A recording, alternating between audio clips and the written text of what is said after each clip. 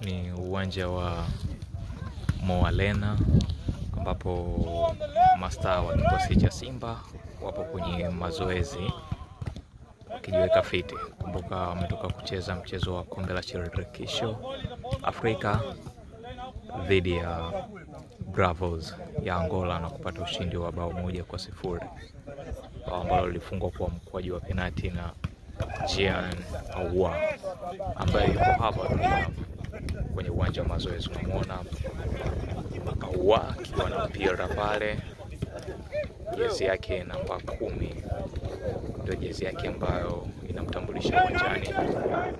Ahoua yupo Yusufu Kagoma, mwamba kabisa ambaye ni ingizo jipya la kikosi cha Simba pia. Panzu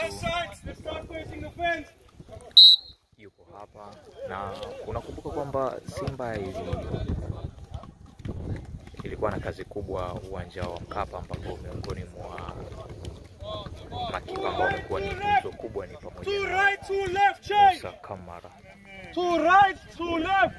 Chaguo la kwanza la kocha mkuu Fadlu Davids, naye pia yupo hapa. Selemani Matola, kocha wa mpira ambaye ni kocha msaidizi wa kikosi cha Simba, yupo hapa kwenye uwanja wa mazoezi wa Mo Arena Bunju. To right, to left.